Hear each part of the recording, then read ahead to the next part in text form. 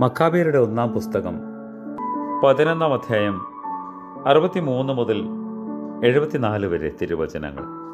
ബാരക്കുമാർ. ദമത്രിയോസിന്റെ പ്രഭുക്കന്മാർ വലിയ സേനയുമായി ഗലീലയിലെ ദേശത്തിലെത്തിയെന്നും തന്റെ ലക്ഷ്യങ്ങളിൽ നിന്നും തന്നെ അകറ്റുവാൻ ശ്രമിക്കുന്നുവെന്നും യോനാഥാൻ കേട്ടു. സഹോദരൻ ശീമോനെ ആ സ്ഥലത്ത് വിട്ടിട്ട് അയാൾ പോയി അവരുമായി ഏറ്റുമുട്ടി. ശീമോനും കോട്ടയിങ്കൽ നിലയുറപ്പിച്ച് വളരെ ദിവസം അവരോട് പോരാടി. ദേശവാസികളെ ബന്ധനസ്ഥരാക്കി. അവർക്ക് വലങ്കൈ കൊടുക്കണമേ എന്നുള്ള അവരുടെ അപേക്ഷാനുസരണം അയാൾ ചെയ്തു. അവരെ അവിടെ നിന്ന് പുറത്താക്കി. നഗരത്തെ നിരോധിച്ചു, കാവലും ഏർപ്പെടുത്തി. യോനാഥാന്റെ സൈന്യവും ഗനെസർ ജലാശയത്തിങ്കൽ പാളയമടിച്ചു. അതിരാവിലെ അവർ ആസോർ സമതലത്തിലെത്തി. സമതലത്തിൽ ഫെലിസ്ത്യ സൈന്യം അവർക്കെതിരെ വന്നു. അവർ കെണികളും വെച്ചിരുന്ന ഇവർക്ക് പിന്നിൽ നിന്നും യുദ്ധം ആരംഭിച്ചു. യോനാഥാന്റെ കൂട്ടരെല്ലാം ഓടിപ്പോയി. അവരിൽ ആരും അയാളുടെ അടുക്കൽ ശേഷിച്ചില്ല.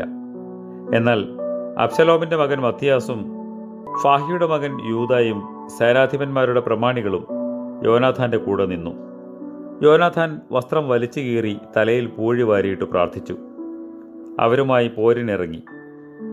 അയാൾ അവരെ ജയിച്ചു. അവർ തോറ്റോടി. അയാളുടെ കൂടെ ഉണ്ടായിരുന്നവർ ഇവർ ഇങ്ങനെ പലായനം ചെയ്യുന്നത് കണ്ടപ്പോൾ തിരികെ അയാളുടെ അടുക്കലെത്തി. അവരുടെ പാളയമായ കലാസ് വരെ അവരെ പിന്തുടർന്നു. അവിടെ പാളയമടിച്ചു. അന്ന് ഫെലിസ്ത്യരിൽ 3000-ഓളം പേർ ഹതരായി. യോനാഥാൻ യെരൂശലേമിൽ തിരിച്ചെത്തി.